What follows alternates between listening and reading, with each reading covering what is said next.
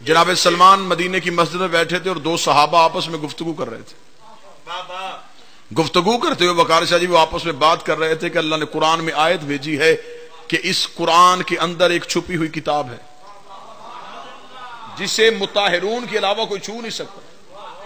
وہ صحابہ آپس میں بات کر رہے تھے کہ قرآن کے اندر کون سی کتاب ہے, وہ کون سی کتاب ہے جو قرآن کے اندر ہے. ابھی صحابی بحث کر رہے تھے یا قریب سے سلمان گزرے. ایک صحابی نے کہا اس سے پوچھو یہ جو علی کا شاگرد ہے یہ بتا سکتا ہے اس کی تفسیر. دوسرے صحابی نے کہا سلمان ذرا قریب آئیے, قرآن کی آیت ہے کہ اس قرآن کے اندر ایک چھپی ہوئی کتاب ہے, وہ قرآن کے اندر چھپی ہوئی کتاب کون سی ہے؟ اتنا جملہ کہنا تھا, سلمان مسکرا کہتا تفسیر بتاؤں یا دکھاؤں؟ میں صرف تفسیر سناؤں یا دکھاؤں؟ انہوں نے کہا سلمان ہم نے تو تجھ سے سننا چاہتے تھے کہ تو دکھانے پہ آئے گیا تو پھر دکھا, وہ کون سی قرآن ہے جس کے اندر ایک چھپی ہوئی کتاب ہے. انہوں نے سمجھا تھا کہ شاید سلمان جائے گا اور الماری سے قرآن اٹھائے گا اور قرآن اٹھا کے اس کو کھولے گا, پھر کوئی آیت نکال لے گا اور اسے کہے گا اس کا مطلب کتاب ہے, اس کا مطلب کتاب ہے, اس کا مطلب کتاب ہے. سلمان نے قرآن نہیں کھولا, سلمان نے صحابہ کے ہاتھ پکڑے, چلتے چلتے زہرا کی دروازے پہ آ گئے, دہلیز سیدہ پہ آنا تھا. انہوں نے کہا ہم نے تجھے کہا قرآن کی آیت کی تفسیر بتا دا اور تو وہاں آ گیا جہاں تو ہر لمحہ بیٹھتا ہے, جہاں تو ہر لمحہ رہتا ہے. سلمان نے دہلیز سیدہ پہ ہاتھ رکھا, مجھے اس دہلیز کی عزت کی قسم, یہ ہے وہ قرآن جس کے اندر ایک کتاب چھپی ہے, یہ ہے وہ قرآن جس کے اندر ایک کتاب چھپی ہے.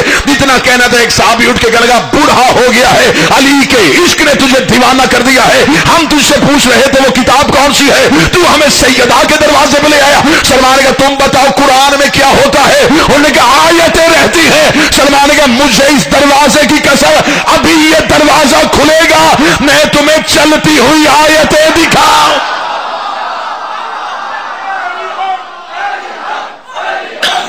ایک ہی آگ تھا کیونکہ یہ دونوں انوار چلے ہی عرش سے تھے. نکاح بھی عرش پہ ہوا, ولایت کا اعلان بھی عرش پہ ہوا. جن روحوں نے اقرار کیا تھا وہ پہلے دن چن لی گئی تھی. اب بحث کرنے کا کوئی فائدہ نہیں,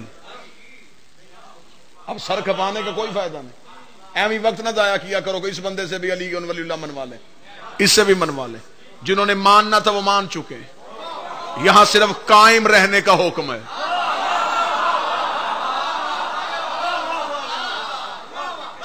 اس لیے تو ہم دن میں 5 دفعہ اس کی بارگاہ میں جا کے کہتے ہیں اہدنا الصراط المستقیم. ہمیں علی کی ولایت میں قائم رکھنا. زمانہ تبدیل ہو گیا ہے, مشکلیں زیادہ آ گئی ہیں. علی کی ولایت پہ قائم رہنے کا حکم ہے. یہ نہیں ہے کہ آپ نئے سرے سے کسی کو منوائیں گے. عالم الست میں پہلے دن روز اول سے جن روحوں نے اقرار کر لیا تھا اب وہ علی کو چھوڑ نہیں سکتی. انہوں نے علی کی ولایت کا اقرار کر لیا تھا. خدا نے صرف جنت بنائی تھی, جہنم نہیں بنائی تھی. اسے ضرورت ہی نہیں تھی اپنی بنائی ہوئی مخلوق کو جلانے کی. اسے کیا ضرورت تھی کہ وہ کہتا کہ پہلے میں خلق کروں گا, پھر زمین میں بھیجوں گا, پھر تمہیں اناج دوں گا, پھر تمہیں کھلاؤں گا, پھر جب مر جاؤ گے تو پھر تمہیں جلاؤں گا. اس نے جلانا ہی تھا تو بھیجنا کیوں تھا؟ اس نے صرف جنت بنائی تھی, جہنم اللہ نے نہیں بنائی. 13 رجب ہے, میں اپنے لفظ پہ کھڑا ہوں. اللہ نے صرف حبیب شاہ جی جنت بنائی, جہنم اللہ نے نہیں بنائی. جو بندے پریشان ہے کہ پتہ نہیں اب یہ کس کا نام لینے لگا, جنت صرف اللہ نے بنائی ہے, جہنم اللہ نے بنائی نہیں, علی کے دشمنوں نے بنوائی ہے. ہاتھ نہیں اٹھا تو میں نبی کی حدیث سنا دوں.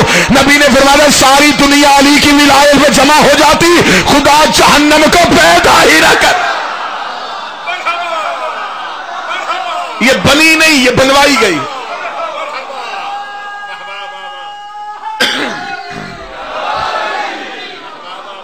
یہ بنی نہیں ہے,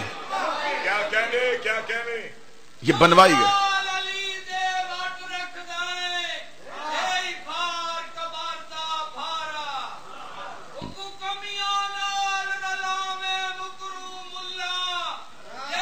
میرے بات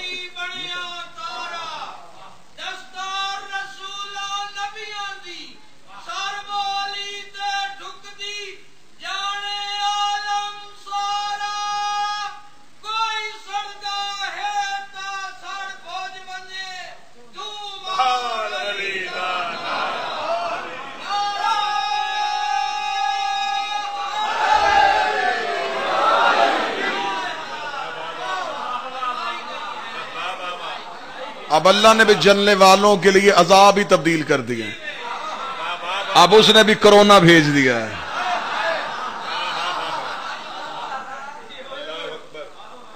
علی کے دشمنوں کی ہر دور میں سزا تبدیل ہو جاتی ہے، پہلے پتھر آتا تھا، وائرس آتا ہے۔ علی کی ولایت پہ ہو تو دنیا کی بیماریوں سے ایک لمحے کے خطرہ محسوس نہ کرنا، علی کی ولایت پہ رہنا۔ جہنم علی کے دشمنوں نے بنوا لی ہے اللہ سے۔ بس آخری لفظ کہوں گا، اس دنیا میں علی کی ولایت پہ قائم رہنے کا حکم ہے۔ دنیا اتنی مخالفت کرے گی، اتنی مخالفت کرے گی، جتنی مخالفت بڑھتی جائے اتنے مطمئن ہوتے رہنا کہ علی ہمیں قریب کر رہا ہے۔ یہ کلیہ ذہن میں رکھ لینا، یہ فارمولہ اپنے ذہن سے کبھی نہ بھولنا۔ آسانیاں ہی آسانیاں ملتی جائیں، آسانیاں ہی آسانیاں ملتی جائیں، سمجھنا علی دور کر رہا، مشکلیں بڑھتی جائے سمجھو علی قریب کر رہا۔ یہ آزمائش کی جگہ ہے۔ علی فرماتے ہیں میرے مومن کے لیے، میرے شیعہ کے لیے یہ دنیا قید خانہ ہے، اس میں ایسے رو جیسے قیدی رہتا ہے، آزاد ہو کے نہیں یہاں گھوم سکتے۔ علی فرمایا یہاں قیدی بن کے زندگی گزارو، آزادی وہاں ملے گی۔ یہاں دنیا کی مشکلات آ جائیں، عشق علی کو اتنا آزماؤ، مشکل آئے تو پھر اپنے اندر کا عشق آزماؤ، پھر دیکھنا پڑے گا۔ مشکلوں میں تو عشق آزمایا جاتا ہے۔ ہم نے سمجھ لیا علی ولی اللہ نعرے مارنے کا نام ہے، علی ولی اللہ نماز میں پڑھنے کا نام ہے، کلمے میں پڑھنے کا، علی ولی اللہ قربانیاں دینے کا نام ہے۔ زندگی میں ایک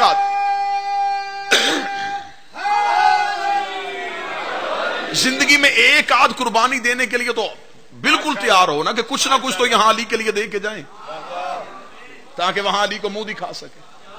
اللہ بابا نزاکت شاہ جی کے درجات بلند فرمائے، ان کے بلند کے درجات کے لیے میں اگلا عشق کا جملہ سنا کے پھر آپ سے اجازت لینے لگا ہوں۔ برادر ذی وقار تشریف فرمائے، وہ آپ کو جی بھر کے ذکر سنائیں گے اور فضائل کی معراج کروائیں گے۔ نام سنا ہے آپ نے میثم تمار کا؟ یہ ظالم کے قید خانے میں اور ظالم سے سزا لینے نہیں آیا تھا، اپنا عشق آزمانے آیا تھا۔ ورنہ با خدا میثم کے پاس وہ اسم الہی تھا، میثم چاہتا دربار میں کھڑا ہو کے اس اسم کی تلاوت کرتا، اڑ جاتا۔ میثم کے پاس ایسے ایسے راز تھے، میثم نظر ہی نہ آتا۔ میثم تمار کے پاس اتنی طاقت تھی کہ وہ آنکھ کے اشارے سے اپنے ہاتھ کی ہتھکڑیوں کو توڑ سکتا تھا۔ جب اسے اس کی اتنی طاقت تھی تو پھر وہ دشمن کے دربار میں کیوں کھڑا ہے؟ وہ اپنا عشق آزمانے کے لیے آیا تھا، اس کی خواہش تھی کہ یہ سزا سخت کرے۔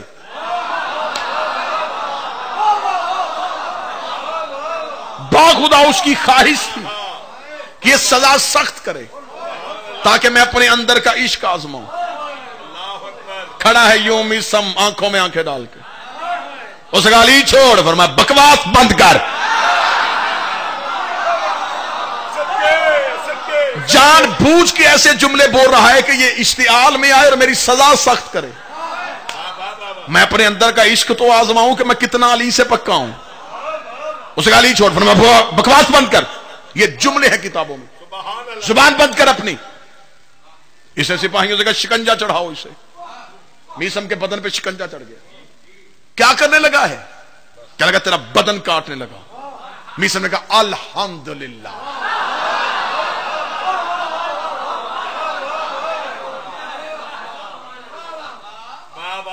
ہم 10 محرم کو لوگوں کو تماشا دکھانے کے لیے زنجیر نہیں مارتے، اپنے بدن کا عشق آزمانا چاہتے ہیں۔ ہم دیکھنا چاہتے ہیں کہ ہم کتنا حسین سے عشق کرتے۔ تو میں کیا کرنے لگا؟ کہنا بدن کاٹنے لگا۔ میثم نے کہا کاٹ، اس کا بھی پتہ چل جائے گا اس کا عشق کتنا ہے۔ سپاہی سے کہنے لگا اس کی انگلیاں کاٹ پہلے۔ سپاہی نے میثم کی انگلیاں کاٹی، انگلیاں یوں گری، میثم نے دوسرے ہاتھ سے انگلیاں اٹھائیں، خون سے بھری ہوئی انگلیوں کو دیکھا، چوما، آنکھوں سے لگایا، میسم کی آنکھ سے آنسو آ گئے، کہنے لگا گیا عشق، اتنا ہی عشق تھا، کہہ رہا تھا بدن کٹواؤں گا، صرف انگلیاں کٹی ہیں اور رو رہا ہے، صرف انگلیاں کٹی اور گیا عشق۔ میں عشق علی بتانے لگا ہوں، کہاں جا کے تمہیں عشق علی آزمانا ہے؟ بس انگلیاں کٹی اور پریشان ہو گیا۔